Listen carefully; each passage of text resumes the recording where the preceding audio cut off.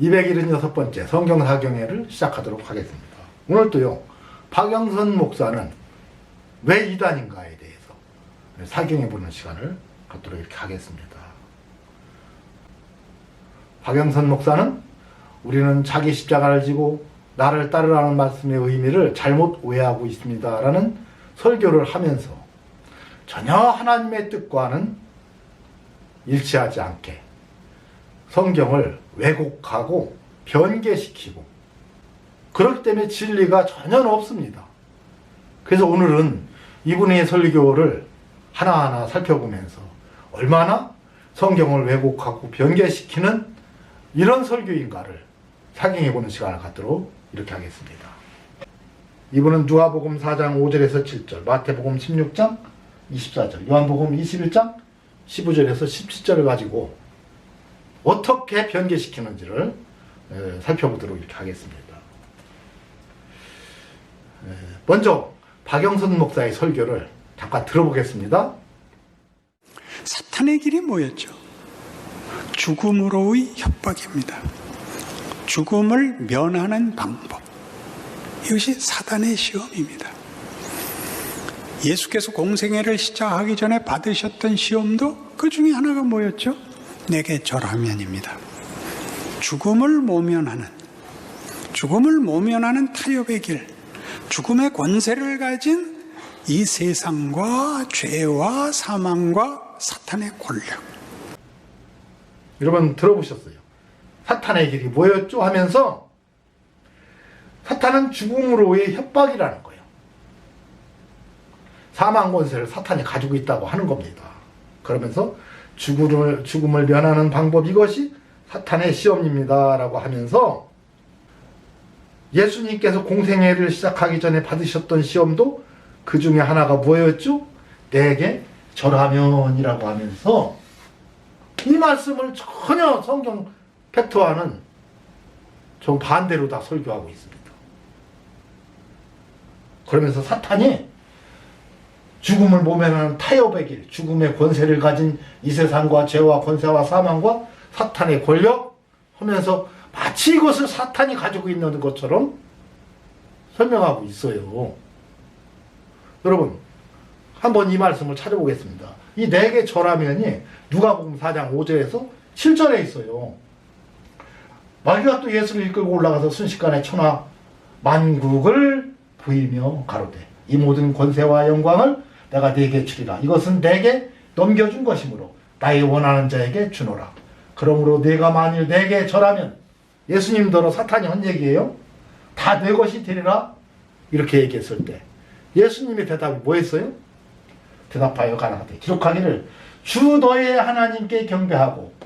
사탄더러 자 너의 주인이 누굽니까? 사탄의 주인이 누구예요?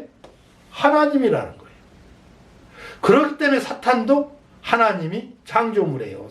그러니까 타락한 천사가 사탄이 된 것은 하나님의 창조물인데 그 사탄의 주인이 누굽니까? 하나님이라고 하잖아요. 하나님께 경배하고 그를 섬기라 하였느니라. 신명기 6장 13절에 있는 말씀이에요. 여러분 그런데 여기서 죽음을 묘면하는 타협의 길, 죽음의 권세를 가진 이 세상과 죄와 사망과 사탄의 권력 해가면서 사탄이 이 모든 것을 가리키고 있는 것처럼 얘기를 해요. 여러분 천하 만국을 보이며, 이 소리는요, 천하는 세상, 이 천하는 세상이라는 얘기예요. 세상인데 코스모스 세상, 이게 생각의 세상, 정신적인 세상을 얘기해요. 자, 만국은 모든 나라를 얘기하는데 이 나라는 뭐냐 하면 여러분 통치를 얘기합니다. 회개하라 천국이 가까웠느니라 할 때 천국이 이 만국이에요. 그러면 세상의 모든 통치를 보이면서 여러분 사탄은 이것을 내게 넘겨준 것이므로 나의 원하는 자에게 준다고 그래요. 여러분 언제 사탄한테 하나님은 이러한 권세를 넘겨줬어요? 넘겨준 적 없어요. 거짓말하는 겁니다. 이게 거짓말. 언제 너한테 넘겨줬냐? 너의 주인이 하나님인데 이 소리예요. 여러분 그러니까 내게 절하면이라는 말의 뜻을 해가면서 은근히 모든 사망 권세 이런 것을 사탄이 가지고 있는 것처럼 얘기를 하고 있어요. 하나님은 이런 걸 사탄한테 넘겨준 적 없습니다. 이게 다 거짓말한 거예요. 예수께서 가라사대 너의 주인 하나님께만 경배하라 하잖아. 네 주인이 누구라? 하나님이다. 다 하나님의 피조물들이 감히 하나님께 나더러 내게 절하면이라고 해요. 이런 말도 안 되는 얘기를 마치 정말로 있는 것처럼 가르치고 있는 게 이 박영선 목사의 이 설교입니다. 여러분 마태복음 6장 13절에 뭐라 했어요? 나라와 권세와 영광이 아버지께 영원히 싸움나이다. 나라와 권세와 영광, 모든 권세와 그 영광을 누구에게 있다고요? 사탄한테 언제 넘겨줬어요? 하나님께 있다. 영원히 하나님께만 있어요. 근데 마치 자기에게 이것을 넘겨준 것처럼 사탄이 얘기하는 이런 거짓말을 마태복음 6장 13절에 아니라고 얘기하잖아요. 아니라고. 근데 그게 있는 것처럼 가리키는 것이 얼마나 성경을 이해하지도 못하고 왜곡하는 것입니까? 바로 이게 미혹의 영이에요. 미혹의 영. 여러분 두 번째로 마태복음 16장 24절을 가지고 회개 없는 구원을 가르치고 있어요. 여러분 먼저 잠깐 들어보겠습니다. 마태복음 16장 24절. 이에 예수께서 제자들에게 이르시되 누구든지 나를 따라오려거든 자기를 부인하고 자기 십자가를 지고 나를 따를 것이니라. 제자도로 알려진 유명한 예수님의 부르심입니다. 아무든지 나를 따라오려거든 자기를 부인하고 자기 십자가를 지고입니다.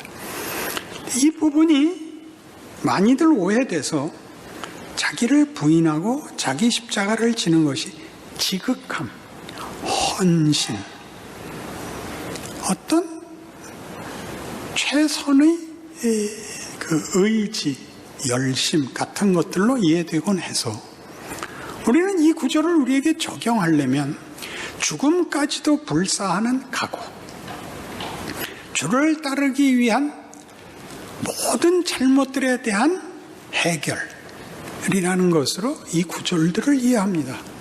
그러니까 주를 따르려거든 한 점의 부끄러움도 없는, 주를 위해서 모든 것을 버리고 헌신한 신실하고 부끄러울 것 없는 정성으로 주를 만나기 위해서 해야 되는 일이 나의 흠과 자책과 절망들을 씻어내는 것이 우선하는 회개에 집중이 됩니다.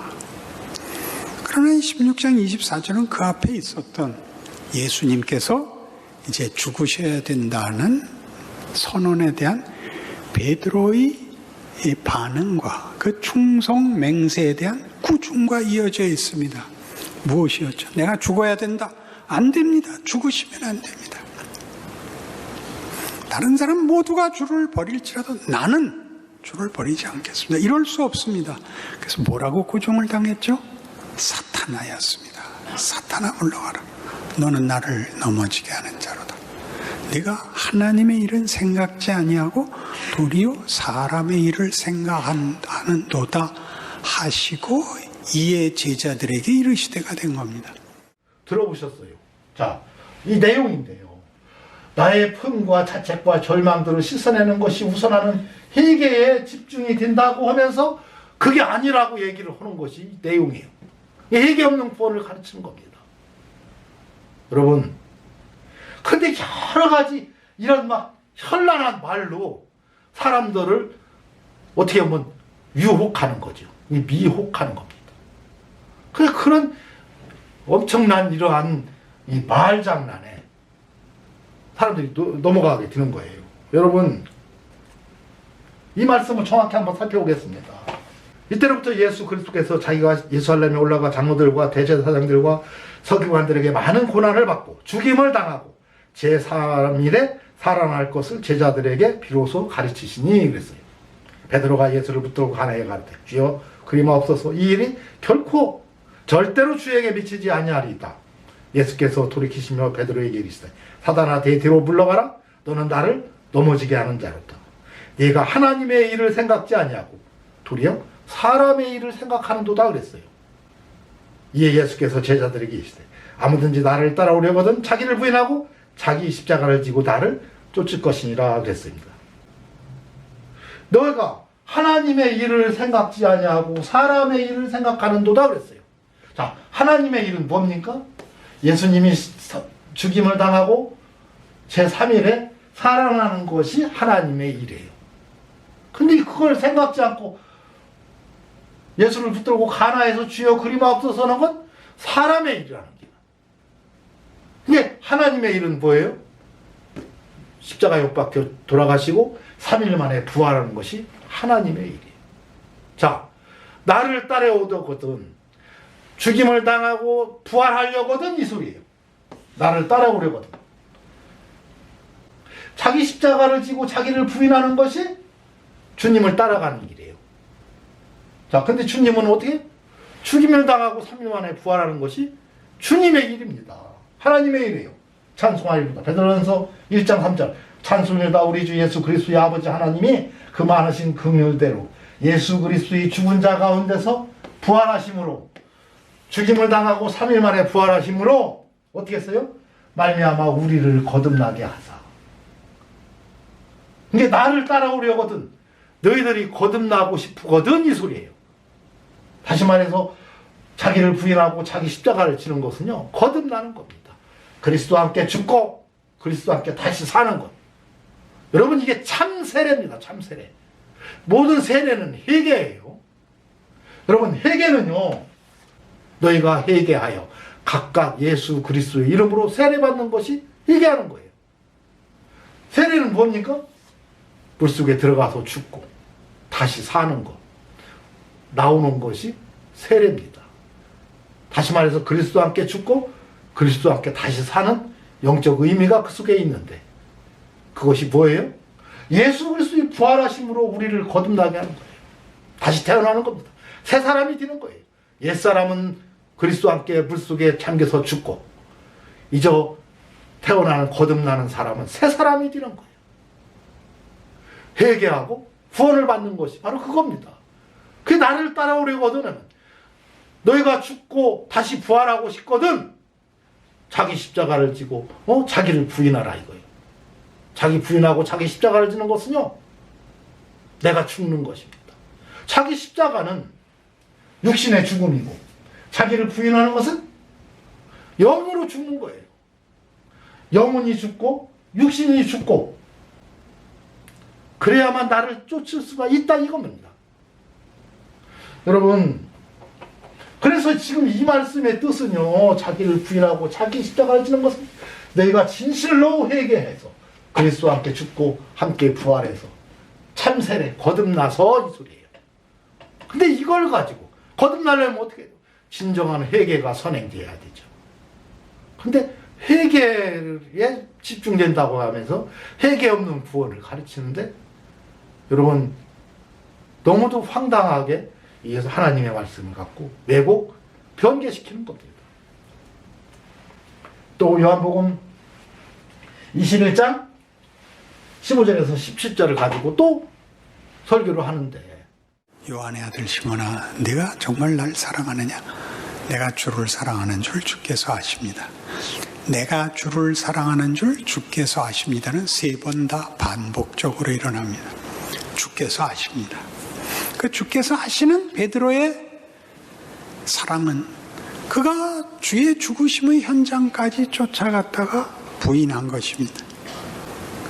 그의 사랑은 목숨을 건 사랑이었으나 자기가 목숨을 걸고 사랑하는 이를 지키기 위한 사랑이었는데 그가 죽음의 자리를 자초하여 기꺼이 따라 들어가 죽으십니다. 베드로는 더 이상 사랑할 수가 없습니다.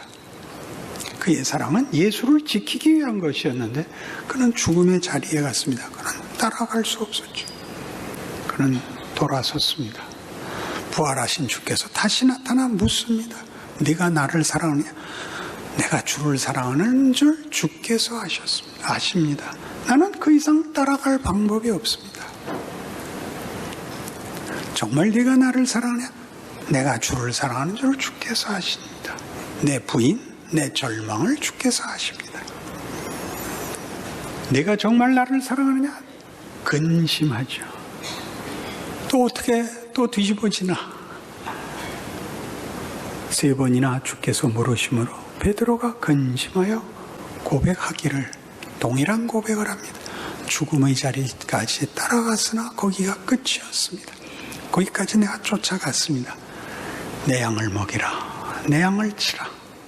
이 말씀은요, 꼭 원어를 살펴봐야 됩니다.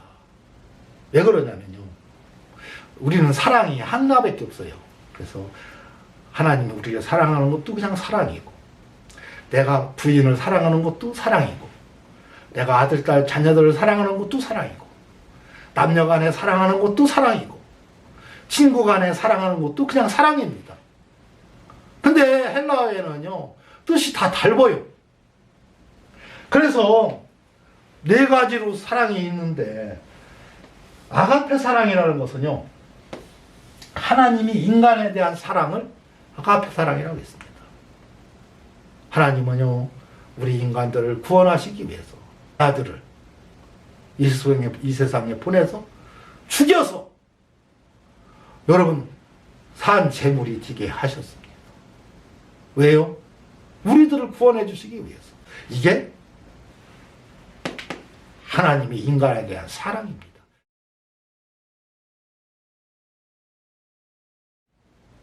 그건 조건적인 사랑이에요. 이 필레오 사랑은 그 누가 나를 좋아하기 때문에 나도 좋아하는 거. 누가 나를 싫어하는데 나만 좋아할 리 없죠?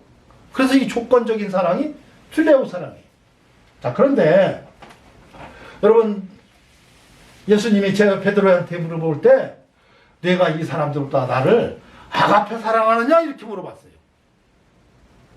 인간은 사랑할 수 없는 하나님만의 그 사랑을 네가 나를 그렇게 사랑하느냐 이렇게 물어봤을 때 베드로의 대답은요, 그것은 못 오는 걸 베드로는 알아요. 그러니까 내가 주를 필레오 사랑하는 줄 주께서 아시나이다 이렇게 대답한 거예요.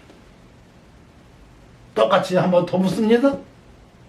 3번째는 뭐라고 하냐면, 요한의 아들 시몬아, 네가 나를 그러면 필레오 사랑하느냐 이렇게 물어봐. 이제 조건적인 사랑을 하느냐 했을 때 주께서 3번째 나를 사랑하느냐 하심으로 베드로가 근심하여 가로되 주여 모든 것을 아시오매 내가 주를 필레오 사랑하는 줄 주님 압니다. 저는 이 조건적인 사랑하기 때문에 나도 사랑하는 그 사랑밖에 못하는 존재임을 베드로는 고백하는 거예요. 나는 필레오 사랑밖에 할 수 없는 존재입니다라고 했을 때 보혜사 성령이 오시면 내가 할 수 있다 이거예요. 보혜사 성령이 함께 하시면 할 수 있다는 것을 간접적으로 말하면서 내 양을 먹이고 치라고 위탁한 겁니다. 여러분, 우리는 할 수 없는 것이 아가페 사랑이고, 그러나 보혜사 성령께서 오시면 성령의 능력으로 할 수 있도록 도와주겠다. 이 소리가 말씀 속에 담겨져 있는 것입니다. 근데 이 사랑에 대해서 전혀 이해를 하지 못하고 그냥 우리가 생각하는 사랑으로 설교를 하고 나면 이 진리가 전혀 없이 전달이 될 수가 없는 겁니다. 우리는 아가페 사랑은요, 신적인 사랑이고 인간은 할 수 없는 사랑이에요. 하나님만이 하실 수 있는 사랑. 그러나 보혜사 성령이 오시면 그걸 할 수 있게 하겠다는 거예요. 성령의 도우심으로. 결국 베드로는요, 나는 예수님과 똑같이도 죽을 수 없는 존재라는 것을 인정하고 십자가에 거꾸로 매달려서 죽습니다. 왜 그러느냐?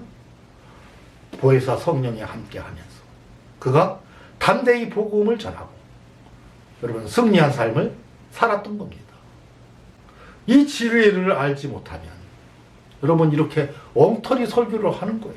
전혀 성경과 하나님의 진리와는 관계도 없는 말을 해가면서. 그리고 이분의 마지막은 뭐냐? 예정론에도 연결을 해요. 다음 주에는 제가 그래서 이분이 가진 설교의 내용을 가지고 예정론이 얼마나 그릇된 것인지를 비공개 동영상으로 하도록 하겠습니다. 이것으로 오늘 사경이를 마치도록 하겠습니다.